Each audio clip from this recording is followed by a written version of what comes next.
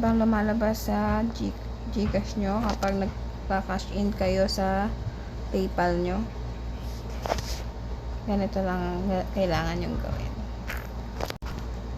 Make sure na naka-login yung naka-link yung PayPal nyo sa Gcash. Pag okay na yan, long press, then click this. Yan, click nyo lang yan. Click nyo lang yan, tapos scroll nyo pababa, hanapin nyo yung storage. Click nyo lang yung storage. Pagka-click nyo yung storage, click nyo to. Yan. Basta clear data. Delete.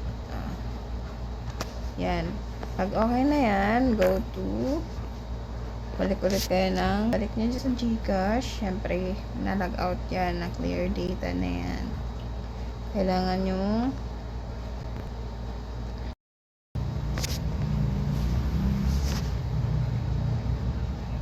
nyo mag-login ulit sa Gcash. Yan.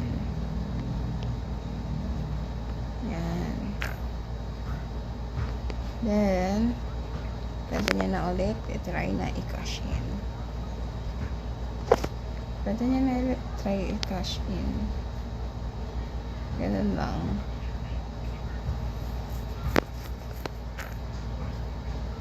Yan. Ganun lang. Sabihin niya sa akin kung hindi gumana.